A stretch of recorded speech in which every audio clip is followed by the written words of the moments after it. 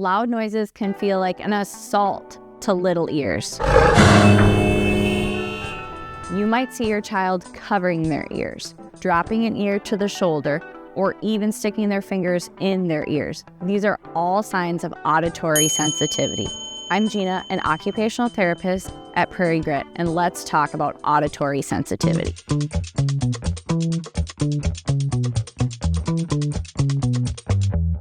We can think of a messy room or toys that need to be cleaned up as auditory input.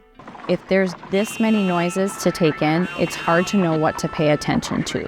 So sometimes we can eliminate those sounds that we need to listen to.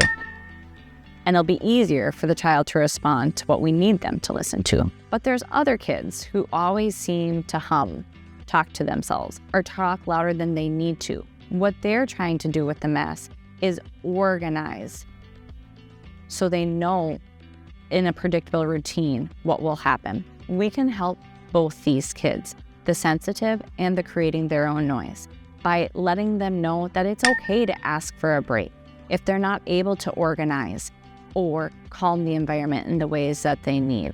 We can lean into social touch rather than yelling across a room, or even breaking down language so it's easier to understand in words we know that they'll get. So if you notice your child humming or talking to themselves, slugging their ears with their fingers, dropping an ear to the shoulder, or covering their ears, they're not naughty. They're just trying to regulate their auditory system. Go ahead and try these tips out to help them learn to process those inputs. And if you need a bit more guidance, feel free to reach out to Prairie Grit for a free screen.